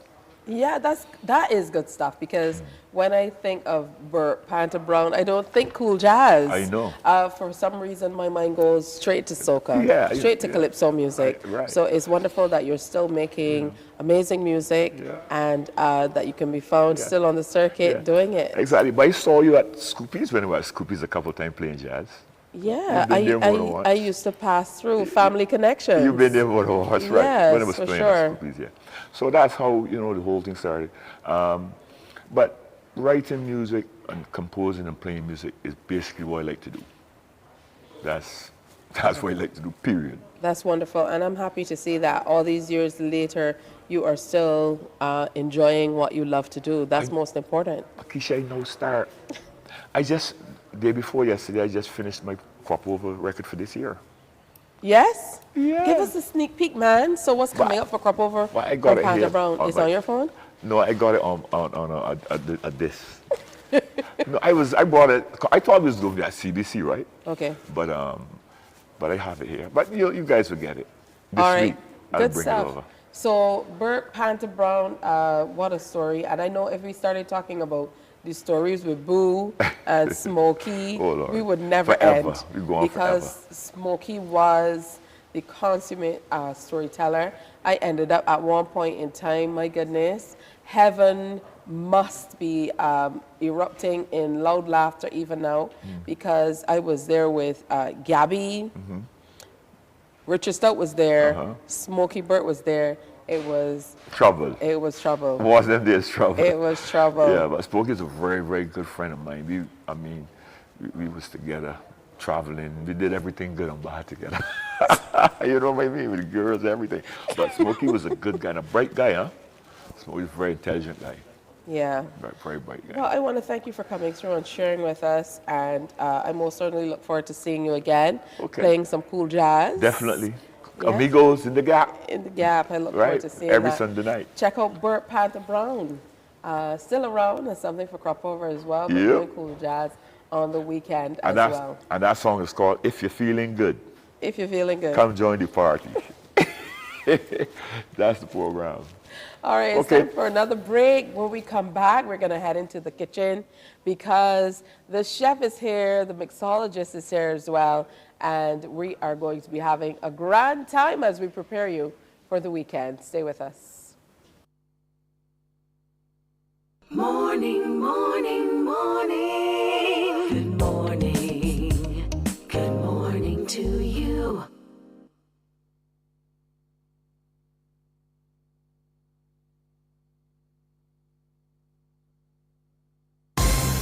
Tune in to CBC Newsnight for the NISS Business Report, a comprehensive look at the local, regional, and international business world every Monday, Wednesday, and Friday during CBC Newsnight. Brought to you by the National Insurance and Social Security Service. More than a contribution, it's your lifeline. Every day at 7 p.m., we bring you a comprehensive news package, because keeping you informed is our #1 priority. Whether it's local, regional, or international stories, our commitment is to you and keeping you reliably informed. Join us every day at 7 p.m. for CBC Newsnight. The facts say Morning Barbados reaches an audience of over 50,000 and Newsnight reaches over 56,000. It's simple. When you advertise, you're getting your message to over 50,000 of your potential customers. Make the call to CBC Sales Department today and watch your business grow. Contact us at 467-5559 or email marketing@cbc.bb. From the beautiful shores of the gem of the Caribbean, Barbados, home of the amazing Harrison's Cave, the tantalizing Oystins Bay Garden, our historic garrison, the indigenous road tennis, and the friendliest people in the world. We are 94.7 FM, the ultimate Bajan experience. Every night, we bring you a complete look at the weather forecast, Because keeping you safe and informed is our top priority. The CBC Weather Report, brought to you by Ace H&B Hardware, the helpful hardware.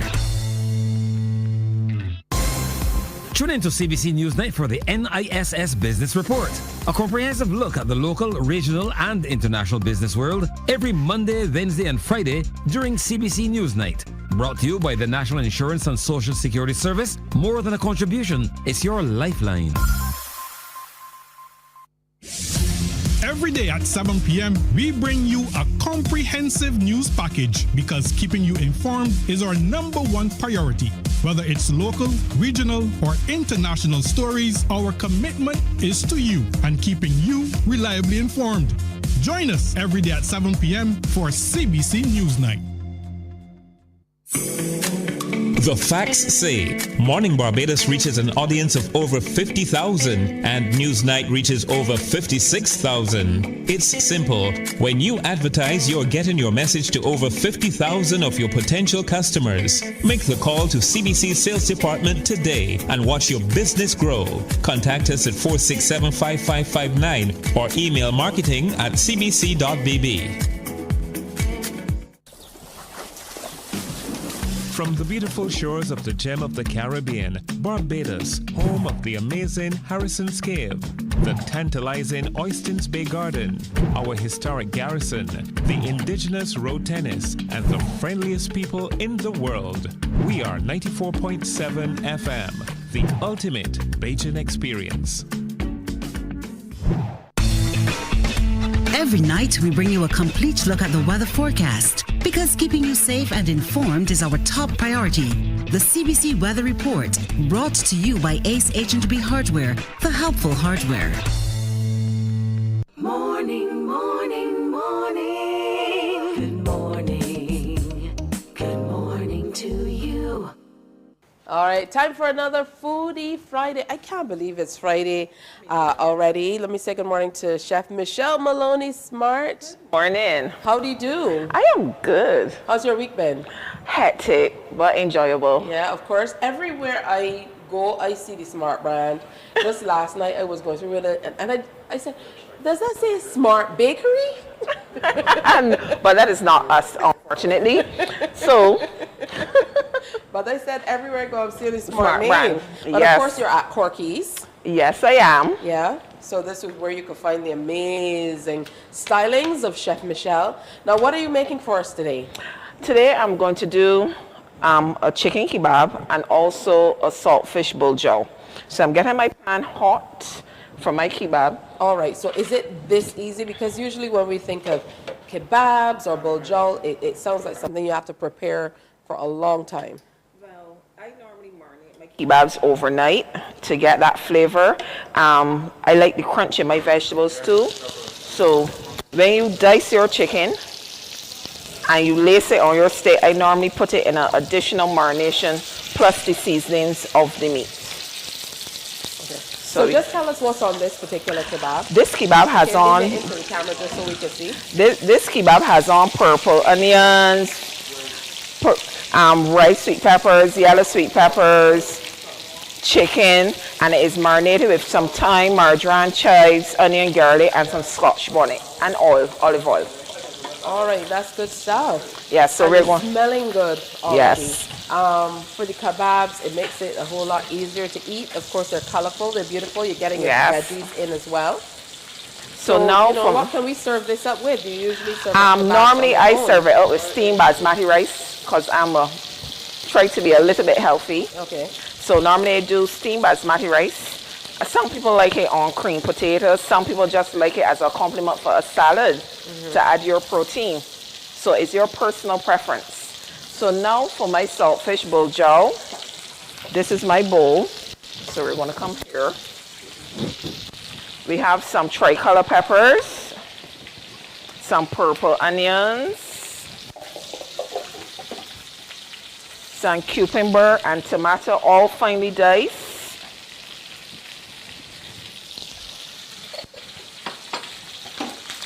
We have our salted cod. Okay, how did you do your salted cod? I soaked it overnight and then I just put a boil on it. Said like a true Bajan. You Yes, put a boil please. on it. I put a boil on it. Then we have our Scotch bonnet pepper.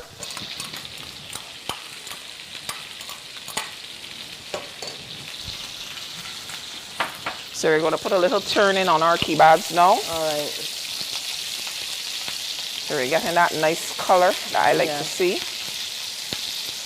And this is chicken breast. And yes. Do you have any advice about how small we slice it to make sure that you're getting Some everything people cooking evenly? Some people like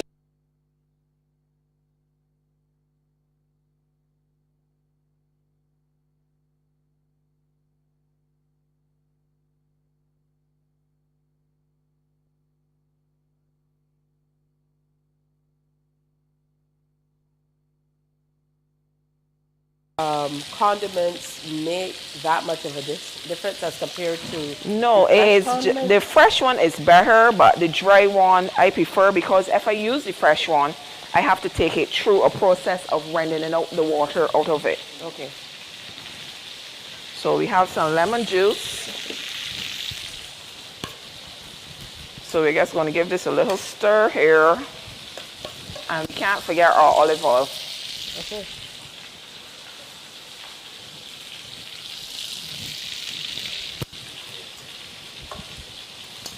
And of course, as you mix the boljol, I can see that your kebabs are doing their thing. Yes, they are. So we're going to lower the heat a little on the kebabs. Sure give them one more turn to make sure that we get all four corners of the kebab. Right? And then we're going to plate our boljol.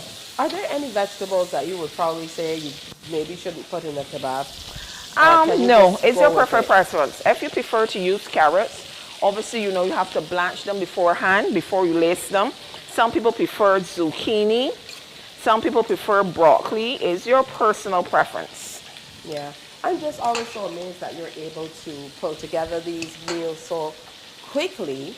You know, as we speak, I mean, literally, it's been 5 minutes. 5 minutes, and you've been able to pull that together. Of course, it called for a little bit of preparation. Yes, beforehand, but you can do your preparation the day of or the day beforehand. As a chef, I normally do mine beforehand. Yeah, I think that's what makes all the difference.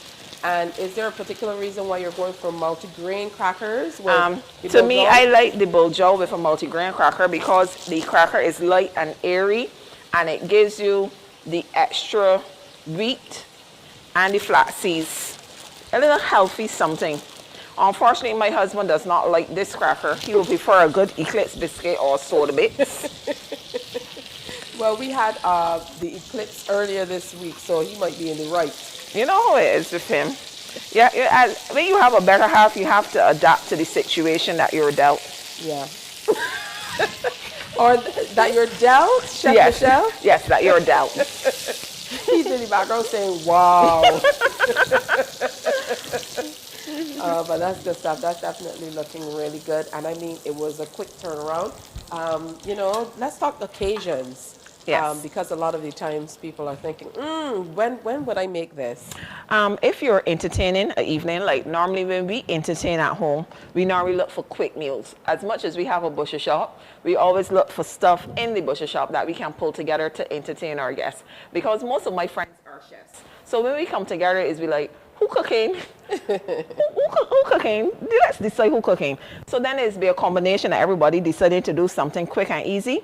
So I find this stuff is quick, easy, and enjoyable when entertaining. And if you have a good white wine, red wine, or even a blush, that could complement it, because my friends are wine drinkers. Okay.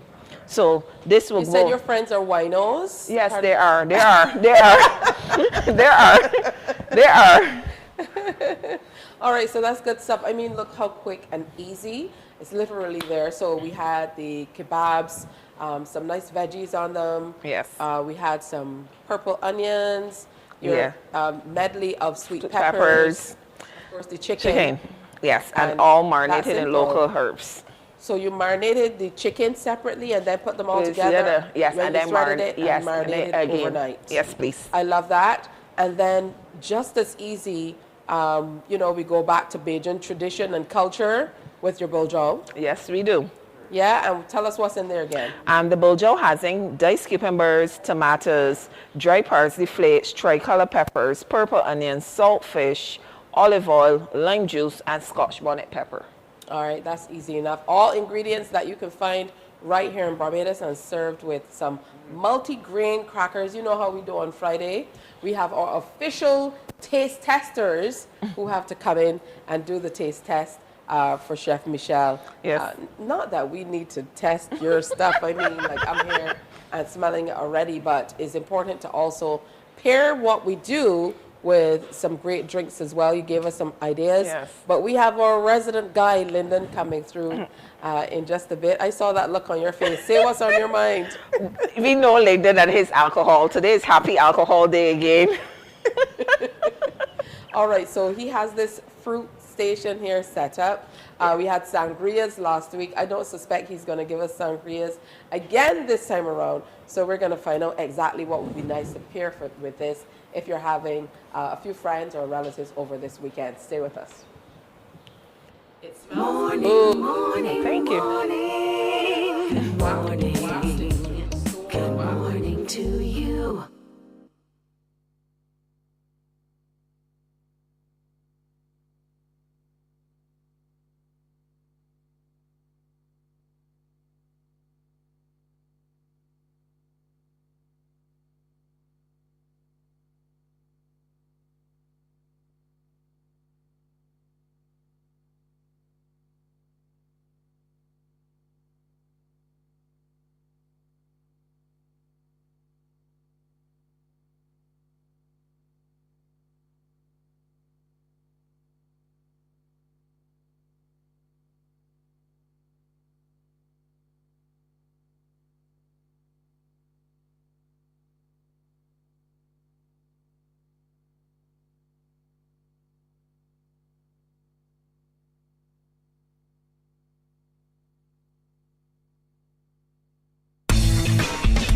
Every night, we bring you a complete look at the weather forecast because keeping you safe and informed is our top priority.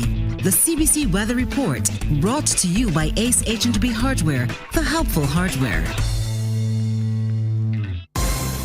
Tune in to CBC Newsnight for the NISS Business Report, a comprehensive look at the local, regional, and international business world every Monday, Wednesday, and Friday during CBC Newsnight. Brought to you by the National Insurance and Social Security Service. More than a contribution, it's your lifeline.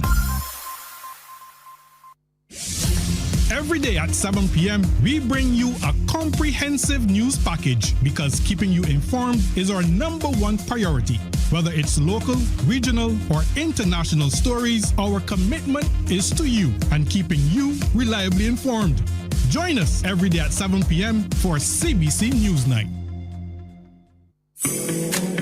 The facts say Morning Barbados reaches an audience of over 50,000 and Newsnight reaches over 56,000. It's simple. When you advertise, you're getting your message to over 50,000 of your potential customers. Make the call to CBC Sales Department today and watch your business grow. Contact us at 467-5559 or email marketing@cbc.bb. From the beautiful shores of the gem of the Caribbean, Barbados, home of the amazing Harrison's Cave, the tantalizing Oystins Bay Garden, our historic garrison, the indigenous road tennis, and the friendliest people in the world. We are 94.7 FM, the ultimate Bajan experience. Morning, morning, morning. Good morning. Good morning to you. Welcome back. We moved into the kitchen to have a little bit of fun, but before we get into what mixologist Lyndon Bevell is serving up today, we wanted to remind you of what's coming up at the end of the month. Reggae in the Gardens. Did you hear that lineup? Legendary and iconic UB40 will be here in Barbados. Queen Ifrica, Massacre, Ghost, Tassan Chin, they're all going to be here alongside local powerhouses in right side of red, plus Morgan Heritage will be here in the first performance since they lost Peter Morgan. Of course, there's going to be a tribute that no one will soon forget as well. Gates open at 4 o'clock in the afternoon, and the excitement kicks off at 6 o'clock sharp. What I love is on the Sunday, you can come out with the entire family. So children under 15 or 15 and under, they can come into the general admission area absolutely free. So they really are telling you it is a family affair. Official Reggae Weekend box offices are, of course, I'll share with you, but they're also available on Ticket Links. That's Ticket Links with a Z at the end.com to get your tickets. There's season passes available, so you can get one for the entire weekend. Make sure you check it out. Box offices, CS Pharmacy, Broad Street, iShop, Sheraton Mall, Saul Warren's, Eddie's Supermarket in Speightstown, Rubis Coverley, Rubis Wildey, Rubis Sunset Crest, Oasis Massey Worthing, Empowered Sky Mall, Forever Blessed Tudor Street, Day and Night Boutique Welch's, A&B Music Supplies in Wildey. You have absolutely no excuses. Tickets are available just about everywhere, and you can check out more information at www.barbadosreggaeweekend.com. It is going down on April 28th. It's a Sunday, and the bank holiday is the next day. So you don't have to worry about any of that, but there will be some exciting things to experience for Reggae in the Gardens. And of course, CBC is the presenting sponsor for Reggae in the Gardens, and we are more than over the moon. We're happy to be a part of this amazing presentation. UB40, first of all, when I think of their music, it takes me back to the early days. My sister Cynthia was a big reggae fan, and she's the one who introduced me to UB40 and Third World, and I mean all those bands. That music was amazing. Lyndon, do you know about those types of things? You know about that music? You know of that era? Of course, of course. We would have crossed paths in some of the events. Absolutely. When I think about the lineup, it is fantastic. All right, so last week, this is Lyndon Burrell, but by the way, the legendary, I have to put that there. And today is Emancipation Day for Lyndon. I'm being absolutely dangerous as I'm allowed to. But for you, Lyndon, last week you gave us a sangria. Yes. So you used the same vessel, Yep. but this time around you're calling this a garden punch. Yes. Here's where my crew should cue Garden by Stiffy, but we'll see. We'll see. We'll see if we get it. So, Mornin Barbados. So this morning what I'm making is a garden punch. So we're going to call this one the Botanical Garden. In this, I have watermelon, I have blackberries, I have apple, I have orange, lemon, also cucumbers in there as well, all found in the garden, and some marjoram. What's in the mix? What's in this medley? Is there any rhyme to it, or can I use any fruit that I prefer, that I like? Well, you could use your imagination. If you want to do, like you said, we deal with the garden. So anything found in the garden, we can use. We can use hibiscus petals, we can use rose petals. All depends on your feeling, your flavor, and the taste you're going for. So we're going for that mixture of fruit and veg and herbal flavor to complement the gin. All right, I changed my mind. I'd like to hear a little bit of UB40. That would be good. Yeah, I'm going to have to bring my own DJ along. Yep. All right, so you start with, is this, so this is gin that you put in there? This is gin, Bombay Sapphire. This is the entire bottle of gin that you... We don't say the entire bottle. We said we just put some gin. A little bit of this, a little bit of that. Listen. Who's measuring today? Michelle, come over here, man. Come. Because she is over there talking. Now you sit here, even though you can't talk, because nobody can hear you because you're not wearing a mic. But I have to bring you in because when I see this amount of gin, I really can't handle it. Okay, so is enough gin to cover the fruit? Do you have to leave it for any amount of time? Well, the whole mixture, you should leave for a few hours, let it sit so you can get absorb the flavors from the fruit and the herbs and everything into the gin to help smoothen out the gin. Okay, what herbs did you put in here? There's just one herb I have in there. That's marjoram. Okay, so one herb. One. Just one today. Yeah, okay, one herb. One. Okay. From the garden. An entire bottle of gin. What else are we putting in here? All right, so I'm going to put something in there called Aperol. I'm going to put some lime juice in there as well. Lemon mix as my favorite. Some honey. And then I'm going to add passion fruit, orange juice to top it off. All right, well, get to it. All right. Yeah, I have to tell you to work with Lyndon. This is an actual job here. All right, here we go. So first I'm Good going to stuff. ice up. Yeah, that's important. That's it. So I know a lot of people have been holding garden parties. We've been doing a lot more in the botanical gardens, and people come up with their picnic baskets and so on. So this will be a great option for reggae in the gardens if you're heading out with the family or some friends to have a nice garden punch. How about that? I love it. Or just a nice Sunday brunch home on the patio, in the garden. Yeah, I've recognized that your fruit are shaped in some pretty fancy ways. Do you have like stencils that you cut them out with? Yes, I have And stencils there I I was cut with, thinking that you had and then some other stuff I talents. just kind of freehanded. All right, that's a lot of stuff. So you have the gin in there. Yep. All right, Aperol. What's the basis of Aperol? What is it? Aperol is an Italian bitters, and it's made from a combination of barks. Some people put it with, like, compare it to Campari, and it's almost the same thing as a Campari. It's an aperitif. All right, now you are eyeballing this, but you are a mixologist, Lyndon. How do we know how much or how little to put in?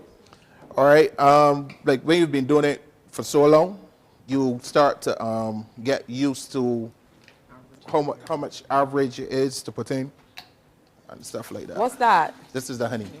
Honey water. Yeah. This seems to be a staple in a lot of what you do. Sometimes, yeah. Because a lot of people on the healthier side, so what you do, you try to add stuff that, you know, is natural. And quickly, how do you make that honey water? I boil some water, then I add the honey to it, mix it up, let it cool, and then bottle it. Oh, sounds difficult. Very difficult. And finally, what are you adding here? This is a combination of orange juice and passion fruit juice. Half and half? Yeah. All right, good stuff. Orange juice and passion fruit juice. Good stuff. It's looking really good already. So a nice garden something to do. How about that? Smells really nice as well, too. Well, I'm not smelling that yet because I can still smell the chicken kebabs, yes. So I'm going to garnish with sweet pepper. Sweet pepper? Mm-hmm. Wow, this is a little different. And cucumber. And cucumber. So we're really getting our garden veggies. Yeah.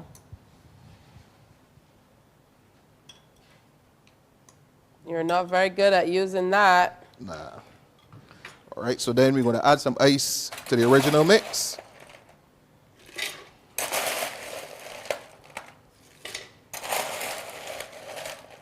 So this is a bit of a cheat too, because we can always say we got our fruit in today. Got your fruit and alcohol in. Infused with alcohol. I hear the doctor sighing in the background.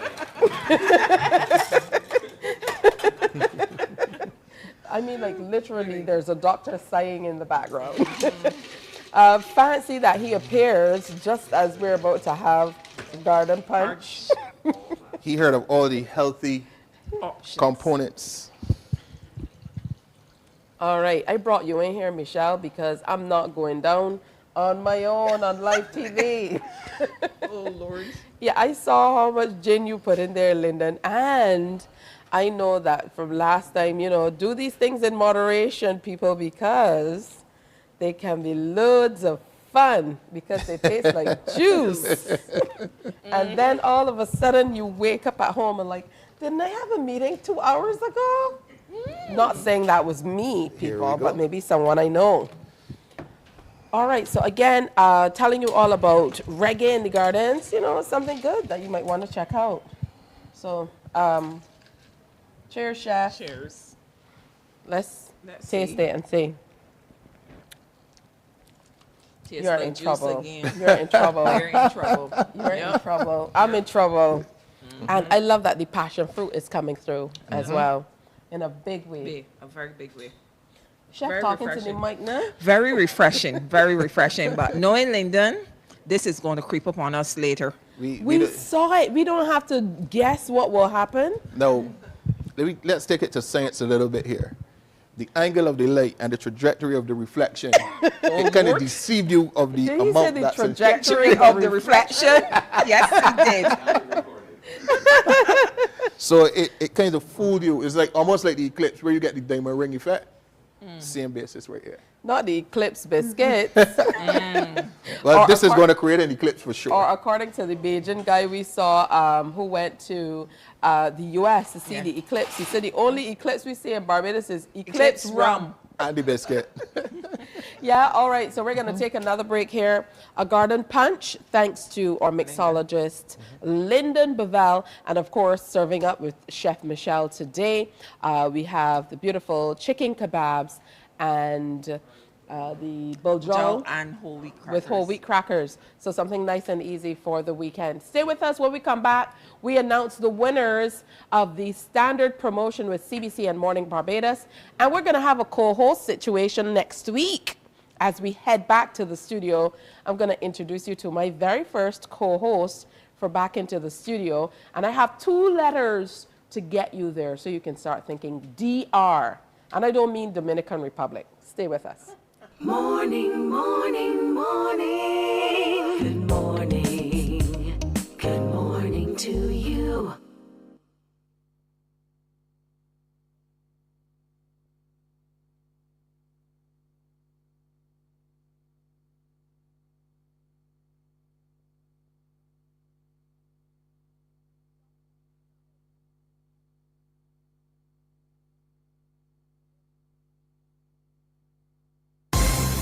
Tune into CBC Newsnight for the NISS Business Report, a comprehensive look at the local, regional, and international business world every Monday, Wednesday, and Friday during CBC Newsnight. Brought to you by the National Insurance and Social Security Service. More than a contribution, it's your lifeline. Every day at 7 p.m., we bring you a comprehensive news package because keeping you informed is our #1 priority. Whether it's local, regional, or international stories, our commitment is to you and keeping you reliably informed. Join us every day at 7 p.m. for CBC Newsnight. The facts say Morning Barbados reaches an audience of over 50,000 and Newsnight reaches over 56,000. It's simple. When you advertise, you're getting your message to over 50,000 of your potential customers. Make the call to CBC Sales Department today and watch your business grow. Contact us at 467-5559 or email marketing@cbc.bb. From the beautiful shores of the gem of the Caribbean, Barbados, home of the amazing Harrison's Cave, the tantalizing Oystins Bay Garden, our historic garrison, the indigenous road tennis, and the friendliest people in the world. We are 94.7 FM, the ultimate Bajan experience. Every night, we bring you a complete look at the weather forecast because keeping you safe and informed is our top priority. The CBC Weather Report, brought to you by H&B Hardware, the helpful hardware. Tune into CBC Newsnight for the NISS Business Report, a local, regional, and international business world every Monday, Wednesday, and Friday during CBC Newsnight.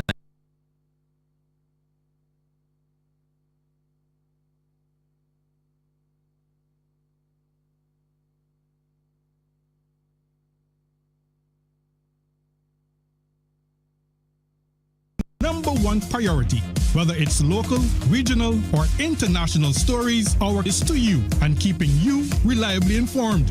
Join us every day at 7 p.m. for CBC Newsnight. Morning, morning, morning. Good morning. Good morning to you. All right, we want to thank you for joining us for this week. We've had a fantastic time here being with you.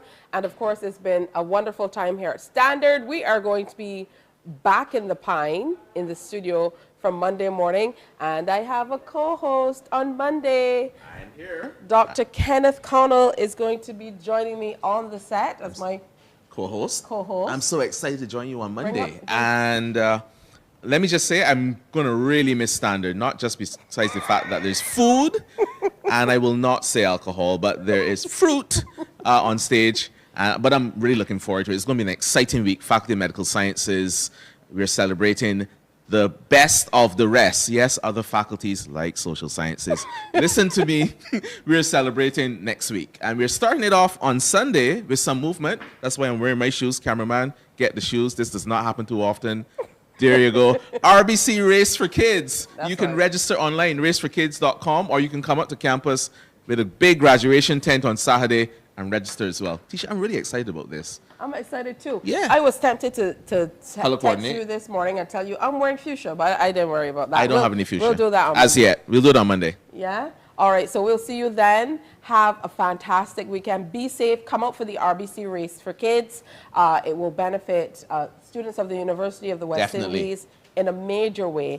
And it's a great way to get moving, like Dr. Connell. And burn off some gin. I'm not sure Which that you're I not want- drinking, right? This is a virgin drink, This by is the a way. virgin drink. This is a different version. Please get a photo of the fruit. So this is my 5 a day here starting. Cheers. Looking forward to seeing you on Monday. Bye-bye. We'll see you. Meet me in the Pine along with Dr. Connell bright and early, 6 o'clock. On behalf of the entire crew, have a good one. Bye-bye. Bye. Wake up, wake up, wake up, wake up. Barbados, get up.